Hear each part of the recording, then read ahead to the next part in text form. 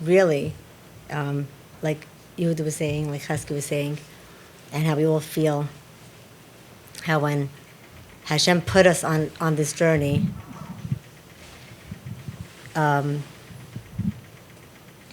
we thought, okay, this is for Yosef. We're doing this for Yosef, and everything that we're doing is for Yosef. And at some point along the journey, we realized that it's really for us, and therefore that even though our journey, to some, it may seem that our journey's over, our journey is still going, and our journey will always be there, because Hashem, the same way that Avi always used to say, Avi says that when Hashem gives us a journey, we're here for the long haul.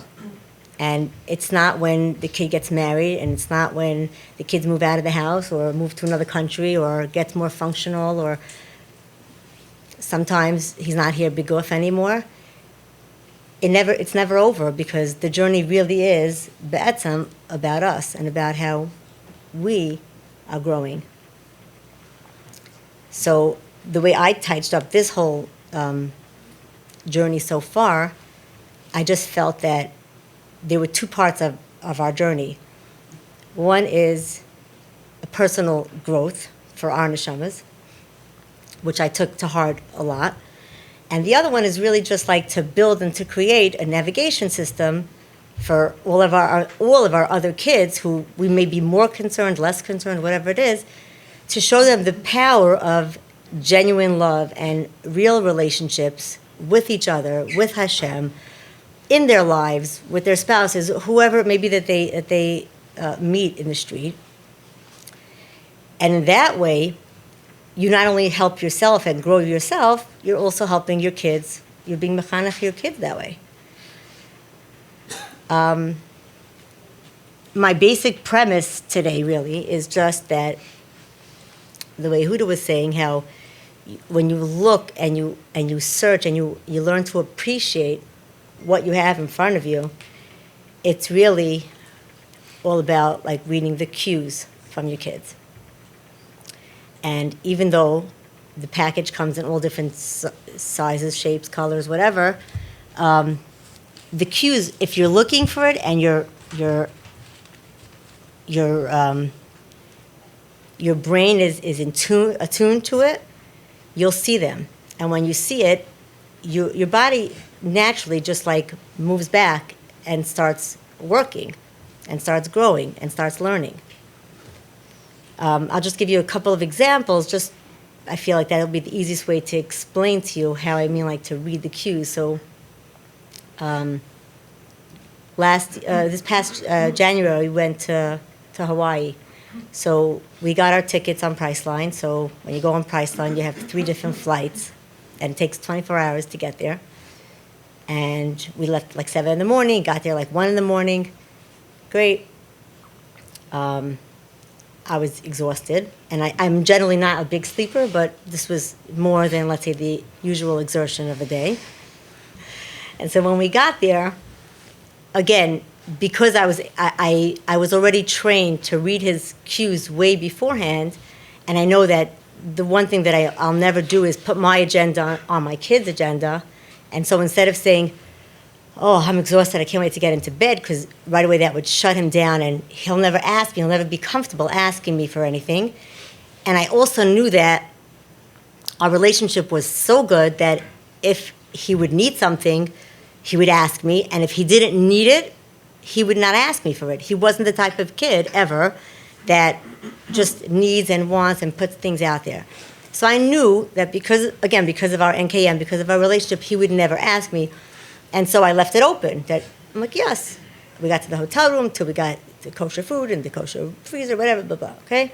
So let's say it was 2 in the morning, I don't know. What do you want to do? We get the hotel room, right? It's so pretty, it's so nice. He's like, oh, can we go to Walmart? I have to get a few things. Sure. Like, why not? So we went to Walmart. Now, the way I liken such a thing like that, to me, it's like when Hashem trained us, all of us, in when we became mommies and tatis, and your baby wakes up in the middle of the night, and let's say it's 2, 3 in the morning, like the way some of these kids keep their hours, and they need formula or diapers, you're running out. There's not a question. It's a basic need. So of course you're running out 2, 3, 4 in the morning. And no, if the first or second or third grocery store doesn't have what you want, the exact specific formula that he needs, you're going again, and you're going to 10 grocery stores, and you're not thinking, oh, I'm giving so much to my kid, because it's a very natural thing. He's a newborn baby. He can't fend for himself. This is the way, like, we were trained on how to be mommies and tatis, to be more selfless and to be less self-absorbed, and, you know. So we went to Walmart. Again, I'm not comfortable driving. It was a new state, but it felt like a different country, and it was pitch black. There's like no moonlight for whatever reason, and we're driving. Okay, good. Listen, you know, again, I'm on the mission with Yosef. I'm good. We got our stuff, good. The next day, I saw like his stomach was a little upset, and I saw that he wasn't really prepared to do like the itinerary that I planned. Again, I'll exaggerate the word plan, because, you know, before you go to Hawaii, which is like 1,000 miles away or more, 1,000,000 miles away, you want to make a chashuv itinerary, because you want to make sure that you get it all in, because you're never going to be back again, and you just want to make the best of an amazing trip. You didn't have Walmart on there? What? I didn't. I thought of everything. I really did, and yet. So I'm looking at the itinerary, and I'm thinking, I'm like, no way. There's no way. This is no way. Now, I'm not going to say a mistruth and say, like, I wasn't disappointed. I'm like, oh, you know, like, I'm all the way here. I really wanted to see something. Okay, let's see. Maybe the next day he'll feel better. So we looked online, whatever. We decided we're going to go to the aquarium. Okay?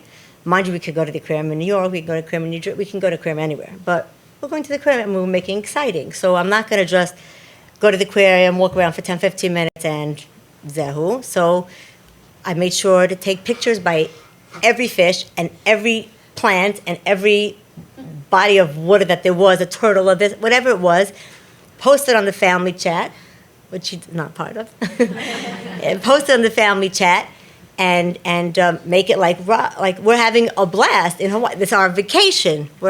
I'm having a vacation. So he got chashuv status, and I'm like, wow, so gorgeous. You guys look so great, and everything, right? Good. So we got back. It was Erev Shabbos already, and I took out our frozen meal mart meals, and I was thinking what I should do, because he wasn't feeling, at this point, like he's feeling more schwach, and I wasn't sure what to do. Should I heat it up? Should I say forget? You know, I knew on one hand that he's gonna want me to eat, and he knows I'm not gonna eat without him. But I also knew that he wasn't really up to eating, and I was really very torn. I didn't know what to do, if I should or shouldn't.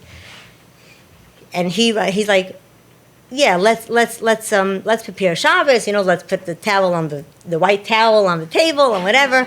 We put down our meals, and he asked me to make kiddush, which he used to make kiddush when we went away, but he was not feeling so great, so I made kiddush, and then we sat and ate. Now, I saw him like nibbling, like with such discomfort, and I knew that he was going to sit at the table until I'm finished. So I'm shoveling in that food and just like, this is so yummy, this is so great, it's amazing, this is like Hawaii, and it's like, oh my heavens. I did it as quickly as I could, and then, you know, so again, like, we were able to already like acknowledge each other's wants and needs and brains and hearts and love, just because of our relationship. Like, I knew what he needed, he knew what I wanted, and we literally just like, we negotiated, we met in the middle, and we were like totally great. Both of us were totally good with it. By the next morning ready, I saw like he was really not feeling good, and his stomach was upset, and he was trying new medication, and it just was not working. So, and I also knew in my brain that I really should offer him a trip back. So first in my head, I'm thinking like, okay, that's another ticket to pay for. It's like 2 more tickets, new. And I look outside, and like, I'm sitting in my bed like Shabbos morning, and it's stunning outside. Like there's waterfalls and there's hammocks and trees and these big leaves and whatnot. And it's so beckoning and so stunning and magnificent. And then I look on my right and I see Yosef in bed. And I see he's not feeling good. And so, like, really half-heartedly, like, I offered him, I said, kind of like hoping that he would not take me up on it, and I said, yes, do you want to maybe go home? And he said to me, he says, Ma, I'm here on vacation. I want you to have a vacation. I want you to enjoy yourself. Don't worry about me. In such a way where, like, you talk about, like, reading your kids' hearts and reading the cues that they give you to be able to, like, grow on your own and on your midos and to be able to emulate HaKadosh Baruch Hu. In a second, he switched my brain, like, I don't know what I was thinking that I even wanted, like, this, such nonsense. Like, who cares?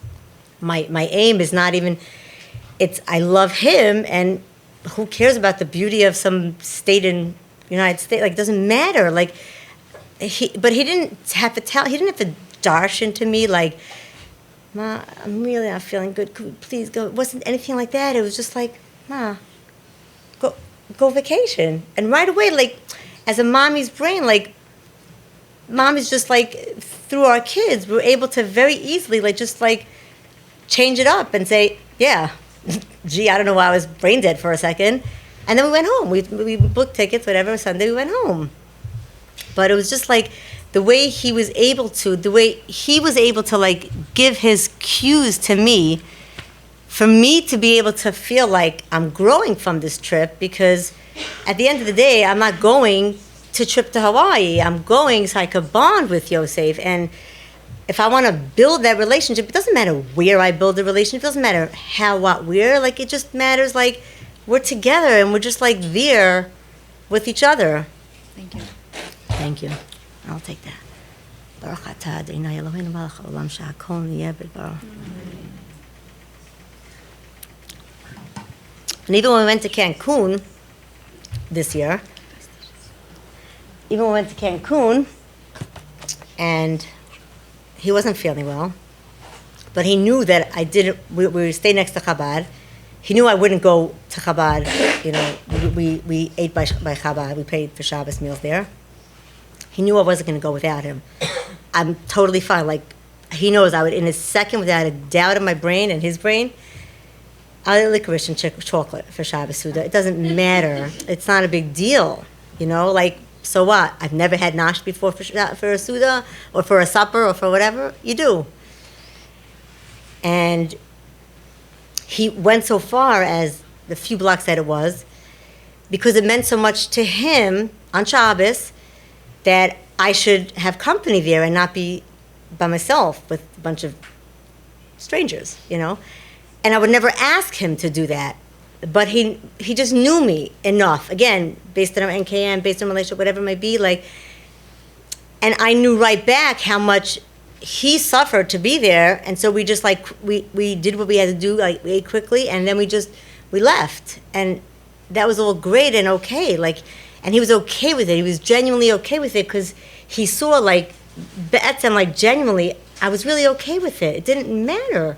It really didn't. As long as we're together, I don't care where we are. I don't care what we do. It doesn't really matter that. It just matters more just, like, baking the love into each other and just getting each other and just, like, I say, he knew my soul so well as I knew his, as I know his. It just makes it so much easier. And, like, when Avi, like, guides us and directs us about, like, building that NKN, it's like, it's so crucial, because I'll tell you, like, even, like, now, the way I communicate now with Yosef, which is different than when he was here B'Guf, let's say with Tehillim, or we have family share, or we have family, whatever, different things that we do. And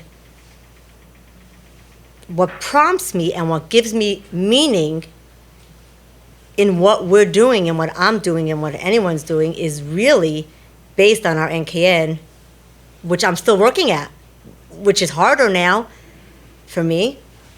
But because I appreciated and loved our NKN so much, like, I still want to have an NKN. I still want to build and go ever higher with him, with our NKN, because we could. Because why would I stop here? Because NKN is it. And the more that he prompts me even now, like with, me reading his cues now, which he can't do in his cute, sweet way anymore. But if I look harder, like Huda said, like if I look and really search out, I hear him. And I'm not hearing voices. I hear the NKN that we have, and I know, like, when I'm saying a bracha, or when I'm saying Tehillim, or when we're saying the shir, or when we read a book, or whatever it is that we're doing, Le'ilu and Nishma, that NKN is speaking to me, and it's so meaningful, and it gets me through any hard, intense pain that I might be feeling at the time. Doesn't mean we don't cry. Doesn't mean I don't have a lot of pain and I cry. But it means that I have a go-to when I do have that intense pain, and when I do feel such a tremendous loss. When he's not here, Big Goof, to tell me what to do and to say or to show or to behave in a certain way that I know how I could grow, and instead I could just grab something and it's just there, and it's really all based on the NKN.